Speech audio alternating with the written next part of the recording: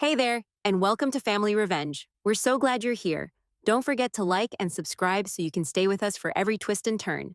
Let's jump right in. He looked me dead in the eye, in front of everyone, and said, "You are a disgrace to this family." Then he turned, straightened his jacket like he was about to read the 6 o'clock news, and walked out. No hesitation, no whisper of regret. My name is Emily Carter. I'm 33. I grew up in Bentonville, Indiana, and I've waited 20 years for this moment. I didn't cry. I smiled. Not because I was happy, but because I already knew what was coming. Quick note, before listening, share which city or country you're watching from. My wedding dress was simple. No ball gown, no rhinestones, just something elegant that wouldn't draw attention away from what I knew was about to happen. I stood at the start of the aisle, staring at the back doors swinging shut behind him, and for a second, it was just me and the murmurs. My mother stared down at the floor. My brother Derek smirked like it was all a joke. But I didn't flinch. I walked down the aisle alone. Every heel click echoed like thunder across that auditorium floor. The same auditorium where Ron Ellison once gave half the town their marching orders on the evening broadcast. His shadow was long in this place, but I wasn't walking in it anymore. People turned to each other, whispering loud enough for me to hear. He really didn't walk her? Did you see his face? What happened? All that noise, and still? I smiled. Because they didn't know. Not yet. They didn't know what was waiting behind that curtain, what name was about to be called, or what title would shake every smug look off their faces. But I did. And I'd earned it. To understand what happened in that auditorium, the gasps, the standing ovation, the stunned silence that finally shut my father up, you need to know what it meant to be Ron Ellison's daughter. It meant silence. It meant sweet smiles and perfect posture and letting the boys take the credit. It meant pretending your father was proud of you, even when every damn word he said told you otherwise. But I stopped pretending a long time ago, and by the time I walked that aisle alone, I wasn't hoping for his approval. I was preparing for his reckoning. Bentonville, Indiana isn't famous for much, unless you count the 4th of July parade and the local pageant circuit. But back in the day, Ron Ellison was our hometown celebrity. Retired news anchor turned local media mogul. Owned the radio station, hosted the cable access political panel, even did voiceovers for school board commercials. If there was a lens, he found it.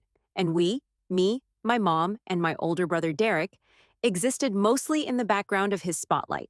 From the outside, we looked like the perfect American family.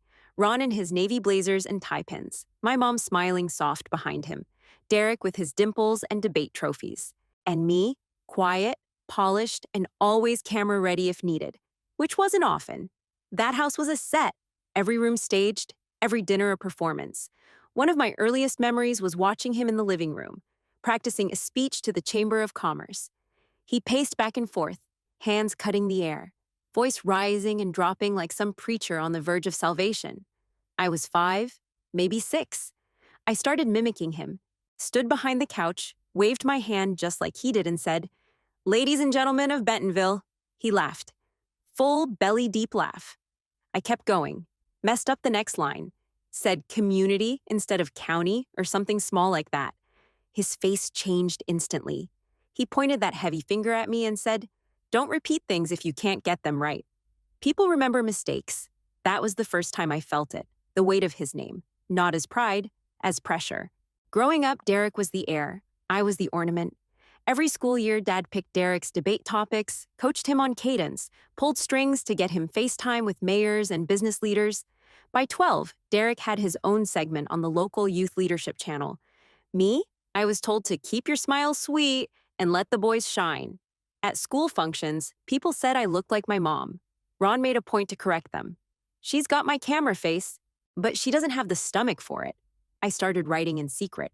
School paper, short essays. Sometimes I'd hide in the back of city council meetings and scribble notes. I thought maybe, just maybe, I could be a journalist too. I told him once, I was about 15, that I wanted to be a reporter someday. He didn't even look up from his coffee. "One camera in this family," he said, "and it's already got its star." He wasn't threatened by strangers, but by me, his daughter. That was different. He couldn't stomach competition in his own house, especially from someone who wasn't supposed to want more than marriage and a good local last name. I started noticing the patterns. How Derek got private speaking lessons, and I got told to fix my hair. How he was praised for leading, and I was told to listen better. If I ever corrected someone or spoke too confidently, Ron would say, "No man wants a girl who talks like a headline." And my mom? She floated through it all like wallpaper, pretty, silent, and slowly fading. By the time I hit 17, I stopped asking for his approval. But that didn't mean I stopped wanting it. I just hid it better. In Bentonville, Ron Ellison didn't raise a family. He built a brand, and we were his props. Derek, the golden boy, me, the smiling extra, and even though I hated it, I still tried to belong in that picture. For a while. But that didn't last. So, I did what Ron Ellison would call the unthinkable. I applied to a journalism program in Chicago, behind his back. No family discussion, no seeking guidance. Just me, a public library computer, and a college application I didn't breathe a word about until the acceptance letter showed up in the mailbox with my name on it. He opened it before I did, sat there at the kitchen table, holding the envelope like it was radioactive. "You're not going to Chicago," he said without looking up. I stood there in my shoes, coat still on, breath caught halfway in my throat. "I got in," I said. "Chicago's for people who can't hack it here," he snapped. "You're chasing cameras in a city that eats girls like you alive." My mom was at the sink. She didn't turn around, but her shoulders tensed like they always did when he raised his voice. She dried her hands slowly, then said in her usual soft way, "Maybe she just wants to see what's out there." He shot her a look. "There's nothing out there she can't learn right here." But she's too proud to listen. That was it. End of conversation. No congratulations, no questions. Just dismissal. Like I'd said I wanted to join the circus or marry a felon. So I left. No big send-off, no family dinner or speech. My mom slipped a 20 in my jacket pocket that morning and gave me a weak smile. Derek didn't even come downstairs. Ron? He stayed in his office, door closed, silence thick as cement. I caught a ride with a friend from school who was moving into her own dorm in Chicago. She helped me carry my boxes up 5 flights of stairs in a building that smelled like old pizza and moldy carpet. I didn't care. It was mine. The first few months were brutal. Everyone seemed 2 steps ahead, knew all the right equipment, the lingo, the tone. I was just a girl from Bentonville with a half-decent voice and a whole lot of stubborn. But I kept showing up. Early mornings, late nights, chasing leads that went nowhere, learning how to cut tape and pitch stories and dig through court documents without flinching. I pulled 12-hour shifts at the college station, burned through my savings, and ate a lot of peanut butter crackers for dinner. Then came my first byline, a small piece on corruption in the housing office. It wasn't flashy, but it was solid. My name was in print, on a real city paper. I clipped it and mailed it home. No response. Not a word, but I knew he got it. Ron read every paper in the tri-state area like it was scripture. Meanwhile, Derek was still riding the same tired wave. Got appointed to the local zoning board. One of Dad's friends pulled strings, then ran unopposed for a city council seat in a district no one cared about. The papers called it legacy leadership. Everyone else just called it nepotism. At every holiday gathering, Dad went on like Derek was changing the damn country. "Our Derek's got instincts," he'd say, "natural-born leader. Takes after his old man. If I so much as mentioned work, he barely blinked." One Thanksgiving, I tried to tell them about a piece I did, a long-form investigative story about abuse cover-ups at a charter school network. He sipped his wine, wiped his mouth, and said, "So you're doing gossip now?" I froze. "No, Dad," I said. "It's reporting." He shrugged. "Seems like you're wasting a lot of time chasing other people's drama." Not everything needs a microphone, I didn't argue. Not because he was right, he wasn't, but because I finally understood something. He wasn't listening. He never had. So I stopped trying to talk. I let the work speak for itself, and I kept moving forward. After that Thanksgiving, I stopped bringing my stories home. I built my life without the Ellison name stamped across it. Started small. Overnight researcher at a regional station. Mostly crime roundups, fire updates, traffic blurbs. I kept my head down and worked every shift they threw at me. I did the grunt work without complaint. Police scanners, freezing live shots, power outages, screaming city desk editors. I was always the first one in and the last one out. And when the weekend reporter got appendicitis, I stepped up. They gave me a mic. I never gave it back. From there, it snowballed. A murder trial in Cook County, a flooded highway in Joliet, then a warehouse fire that had us broadcasting in hazmat masks while half the crew vomited behind the van. They kept calling me back. Viewers liked the way I handled pressure. Steady voice, clear facts, no drama. I wasn't flashy, I wasn't loud, but I was damn good. 2 years later, I was anchoring weekend evenings, then weekday mornings, then filling in on the 6 o'clock. I got a wardrobe budget, a producer, and my own desk in the studio bullpen. But back in Bentonville, you'd think I was reading bedtime stories. She's reading a teleprompter, not reporting the news. My dad told someone at the Rotary Club. One of my high school teachers messaged me on Facebook to say she overheard him at a pancake breakfast. My daughter in Chicago, she plays TV. My mom texted me later that week. Saw your hurricane coverage. Stay safe. You looked strong. That was her way. No phone calls, no public statements. Just soft, sideways support that never made it past her living room walls. I used to think maybe, just once, he'd surprise me. That he'd flip on the TV and feel something. Pride, maybe, or even just respect. But every time I let myself hope, he found new ways to remind me where I stood. That Christmas, Derek walked in late, and Ron greeted him like a war hero. "Here he is," he boomed, "the real voice of this family." Everyone laughed. I didn't. Derek smiled, dropped his coat on a chair, and gave me a wink like we were in on some joke together. Later, after dinner, I went outside, stood on the back porch, and let the cold punch the air out of my lungs. I didn't cry. I hadn't cried over him in years. I just stared out into the trees and thought, he's never going to say it, and I'm done waiting. So I let it go. I stopped trying to earn a place in his narrative, stopped sending articles, stopped updating them on promotions. When people back home asked, "What's Emily up to?" he'd shrug and say, "TV stuff." Let him minimize it. Let him lie. I wasn't building for him. I started picking the hard stories: corruption at City Hall, protests turned violent, 2-week stakeouts outside courthouses and police precincts. The riskier it got, the more I leaned in. I wasn't afraid anymore. Every time I showed up on screen, calm in chaos, facts in hand, I felt it. I was doing the thing he told me I couldn't, and doing it better than he ever did. One night, after covering a deadly tornado in Missouri, I got back to the station soaked and shivering. My producer handed me a coffee and said, "You're made of iron." I laughed. "No," I said. I just got tired of being overlooked. That was the thing about building without him. It was harder, lonelier, and it cost me a lot. But what I built, it was real. No shortcuts, no legacy boosts, no father pulling strings behind closed doors, just me. And I wasn't finished yet. I wasn't looking for anyone. I was too busy chasing storms and scandals to worry about dating. Then came Hurricane Devin. We were sent to cover the aftermath: collapsed homes, water lines up to mailboxes, families dragging memories out of the mud. The air smelled like gasoline and wet drywall. Everyone looked wrecked, even the crew. That's where I met James Wallace, camera slung over his shoulder, boots caked in sludge, eyes steady behind the viewfinder. No small talk, no bragging. Just a quiet nod when we were introduced and a firm handshake that said he didn't need to prove anything. We were out there for 4 days. He barely spoke unless he had something worth saying. Most guys I'd worked with tried to impress you, tell you how long they'd been in the field, drop names, crack jokes on air. James didn't do any of that. He just worked. Smooth, methodical, sharp as hell. Got the shots we needed before anyone else saw them. On the second night, we sat on overturned crates in a school gym and split a plastic container of fried chicken. I looked like hell, ponytail half falling out, eyes ringed in sweat and dirt. He handed me the last piece and said, "You're good at this." "Really good," I raised an eyebrow. "You say that to all the reporters you drag through hurricane rubble?" He grinned. "Only the ones who don't complain." That was how it started. Back in Chicago, we ended up working more assignments together.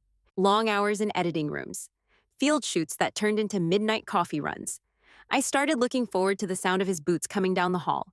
He didn't just tolerate my ambition, he matched it. When my package got bumped to lead, he high-fived me like we'd both won. When a source threatened to pull out mid-investigation, he stayed up all night helping me cut backup footage. One night after a triple shift, I told him about my dad. The real version, not the "he's complicated" version I used on most people. James listened. No reaction, no judgment. Just sat there until I finished. Then he said, "Then he's the one missing out." That was it. No rescue speech, just that one sentence. And somehow, it meant more than anything else.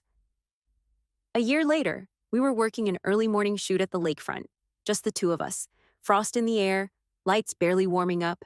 He reached into his bag, pulled out a tiny box, and said, "So, you want to keep doing this thing with me?"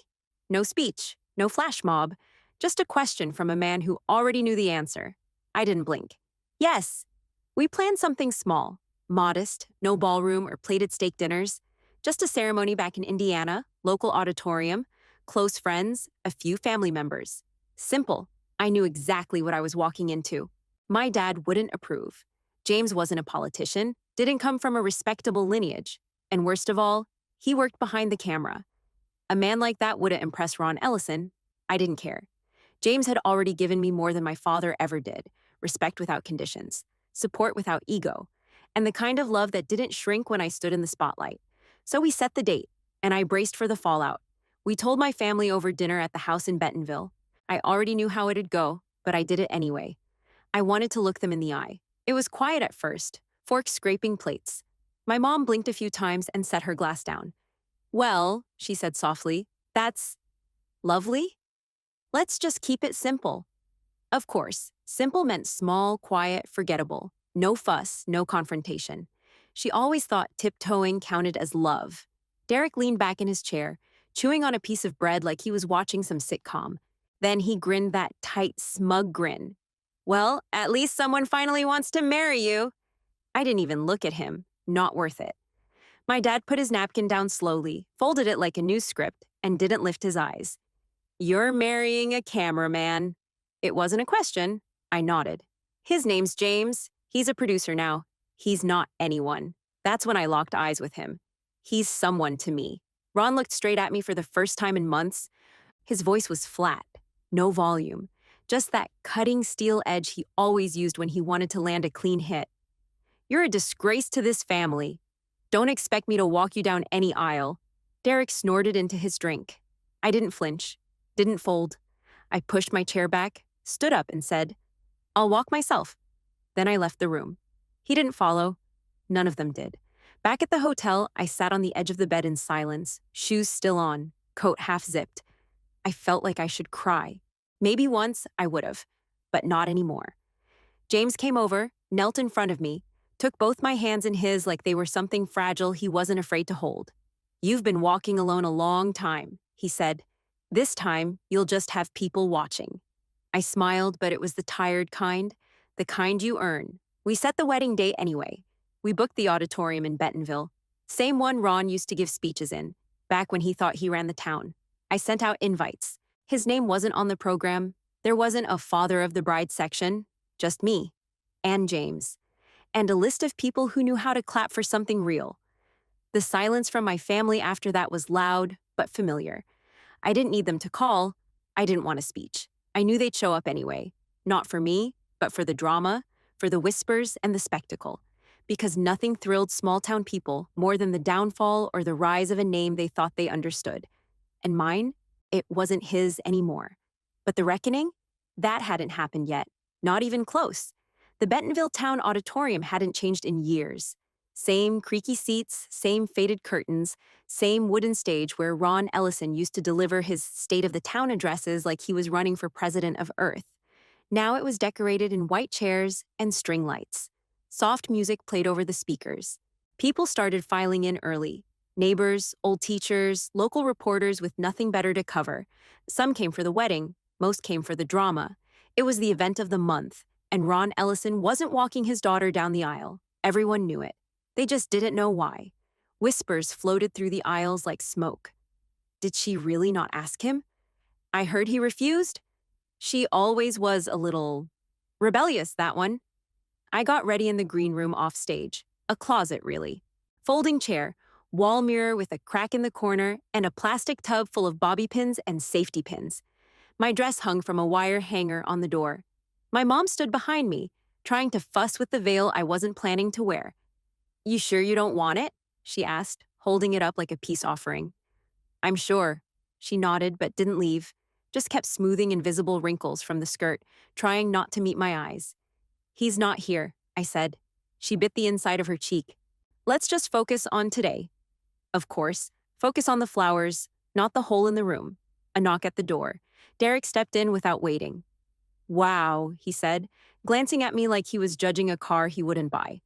Didn't think you'd go through with it? Thanks for the support, he smirked. Just saying. This whole thing's a bit theatrical, don't you think? Town auditorium? Walking yourself? Seems like a long setup for a headline. I stared at him. You think this is for attention? I think it's very on brand. He left before I could answer. I stood in front of the mirror alone, adjusted the straps of my dress, and stared myself down. I didn't look like a girl begging for approval anymore. I looked like someone who knew exactly what she was walking into. When the music shifted, the coordinator gave me a nod. Time. I walked to the back of the auditorium, past people trying not to stare too openly, past the door creaking wider as folks leaned into the aisle to get a better look. There was no father-daughter moment, no arm to hold, just me, and heels hitting hardwood like a slow, steady drum. The absence was louder than the music. Heads turned. Whispers rippled through the crowd. She's really doing it alone? Where's Ron? God, how humiliating. But I didn't stop. I kept walking. I passed faces I hadn't seen in years. Teachers, old classmates, women who used to compliment my mother's earrings at church. They gave me pity smiles. Some tilted their heads like I was a stray dog. I locked eyes with none of them, because standing at the altar, straight and certain, was James. No nerves, no grand smile, just calm, steady. There. And the second I saw him, everything else fell away. The voices, the judgment, the space where my father should have been. Gone. James didn't look at the empty aisle behind me. He looked at me, like I wasn't missing anything. I reached him, and he took my hands. They were warm, anchored. The officiant started speaking, but I barely heard it. My heart wasn't racing. It was grounded. Like my feet had finally found solid ground after years of walking tightropes. But deep down, under the calm, I knew it wasn't over. The absence was too big. The silence wasn't finished. Something was still coming. I could feel it. The officiant had just finished the vows. James and I were holding hands, steady and calm, ready for the next line when the silence shifted. Not the kind that comes with emotion, the kind that comes with a presence. A man in a dark suit stepped up onto the stage from the side door. Gray hair, polished shoes, the quiet confidence of someone used to speaking into cameras and commanding rooms without raising his voice. Max Connor, my boss, the vice president of National Broadcast News. Every head in the auditorium turned. Even the officiant stepped back. I didn't move. I just watched him walk toward the mic like this had all been planned. And it had, just not by the crowd. He gave me a quick nod, subtle, respectful, then faced the room. Good afternoon, Max said. Sorry for the brief interruption. I promise this won't take long, but some news is too important to wait for broadcast. The room held its breath. Even the whispers stopped. My name is Max Connor, and I'm here today not just as a guest, but as a representative of National Broadcast News. Some of you may have seen this woman before, standing in flood zones, courtrooms, protest lines, city council chambers. She's been a calm voice in chaos, a steady presence when truth felt hard to find. Derek sat up straight, jaw tight. Max kept going. Emily Carter is, as of this morning, the new lead anchor of our national evening news. She is the first woman to hold that role in 2 decades, and we're damn lucky to have her. Gasps rippled through the room. People turned, stunned. A woman in the third row clapped without meaning to, then covered her mouth. A man behind her whispered, "Did he say anchor?" Like he couldn't believe it. I heard a soft sound behind me, a half sob. My mother. I glanced over. Her hands were covering her mouth, tears streaking down her cheeks. She looked at me like she'd just seen me for the first time. And then I looked past her, toward the very back row. He was there, Ron Ellison, slipped in quietly, like he always did when something wasn't about him. He sat rigid, face pale, lips pressed into a straight, lifeless line. No nod, no expression, just frozen. Max stepped aside and motioned me forward. Emily Carter, he said, voice strong and certain. The face of truth. You've earned this. The crowd turned toward me, waiting. I let go of James's hand and stepped forward, slowly, purposefully. My heart wasn't racing, my hands didn't shake. This wasn't a dream. This was a reckoning. But I didn't gloat. I didn't turn toward the back of the room or throw words like weapons. I didn't need to. I just stood there, center stage under the lights. I let the moment speak. The applause started small, hesitant at first, like people weren't sure if they were allowed to cheer during a wedding. Then it swelled. Clapping, then whoops, then full-on standing ovation. Chairs scraped against the floor. Neighbors stood. Reporters nodded to each other. The whole auditorium buzzed like a damn awards show, except one man. Ron didn't move, didn't clap, didn't blink. Just sat there, ghost white, shrinking in his own shadow. And for once, the silence belonged to him. That silence, after all the years of dismissals, cheap shots, condescension, felt louder than anything he'd ever said to me. I didn't smile. I didn't need to. I just stood in it. Finally seen, finally heard, not as Ron Ellison's daughter, as Emily Carter. The applause was still ringing in my ears as we moved into the reception hall next door, a repurposed gym with folding tables, old hardwood floors, and fairy lights strung from basketball hoops. People I hadn't spoken to in 10 years were suddenly lining up to shake my hand. You were always going places, Emily. We knew you'd do something big. I told my husband, I said, that girl's got something in her. All lies. But they were polite now and loud with their praise. Funny how quickly people change when cameras roll in and someone important says your name on a microphone. James stayed close. His hand found the small of my back like a grounding wire, but he never stepped in front, never tried to run interference. Just stayed right beside me, quiet and calm like always. The food barely mattered. I didn't eat. Couldn't taste anything anyway. I just nodded, thanked people, watched them trip over themselves to rewrite their own stories about me. But near the doorway, I saw movement. Ron. He lingered by the exit like a man trying to ghost out of his own funeral, one hand on the handle, eyes scanning for a clean way out. No such luck. Mr. Winslow got to him first, a retired editor who used to run the Bentonville Times. Crumpled suit, stiff leg, sharp tongue. He wasn't there for the show. He came to see me win. He stepped right into Ron's path. You always talked over her, Winslow said, voice low but clear. She didn't just get out. She outgrew your shadow. Ron stiffened, jaw clenched tight enough to crack a molar. But he said nothing, just nodded once, not out of respect, but because he didn't have anything left to fire back. I saw it, and I walked over. No drama, no scene, just me, in my wedding dress, calm voice, clear eyes. He looked up, startled to see me. I said, I didn't need your spotlight, Dad. I made my own for a second. It felt like time cracked open. And then someone started clapping. Not loud, not wild, just steady, real. Then another, then a few more. It wasn't for the cameras. It wasn't polite noise. It was for me. He didn't respond, didn't argue. He just turned and walked out. Didn't look back. Didn't say goodbye. Derek passed by a few minutes later. No comment, no eye contact. Just disappeared into the crowd like he'd rather vanish than acknowledge what had just happened. And me? I stayed. I danced. I let James pull me onto the floor as the band played something soft and simple, and the lights above us flickered like stars that finally belonged to us. No speeches, no apologies. Just the truth, out in the open, and me standing in it. The city outside my window never slept, but my apartment stayed quiet. I liked it that way. Every night I walked into the studio just before 6, adjusted the mic, read over the latest rundown, and delivered the news to millions. No dramatics, no spin. Just truth, clear and steady, the way I always wanted it. People trusted me now. They stopped me on the street, wrote letters, called me a voice of reason in a loud, messy world. And still, I heard his voice sometimes, not in praise, just old echoes. You're reading a teleprompter, not reporting the news. But those words didn't sting anymore. They didn't carry weight, not in here. Ron Ellison died 2 years ago. Heart attack, quick, clean. He never apologized, never picked up the phone, never once said, I saw you on TV, even when I knew he did. Bentonville gave him a hero's tribute. Full-page spread in the paper, speeches at the town hall, Derek shaking hands like it was a campaign stop. He didn't mention the wedding, still doesn't. My mom comes to visit sometimes. She doesn't say much, but she'll sit on the couch while I get ready for the broadcast, watches the monitor while I anchor like she's afraid to blink. One night, I caught her crying after I signed off. She wiped her eyes fast like a kid caught doing something wrong. You look just like yourself, she said. I knew what she meant.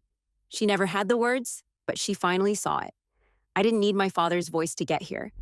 I made it on the silence. I built my life on every dismissal, every low blow, every moment I was told to let the boys shine. And in that auditorium, when Ron sat there frozen, speechless for once in his life, I was finally free. Not because I humiliated him, because I didn't need to. He'd written his ending the second he chose silence over support. I just turned the lights on. So if you're listening to this, if you've been overlooked, talked over, underestimated your whole damn life, I'll say this once. You don't need revenge, just truth and the guts to keep walking.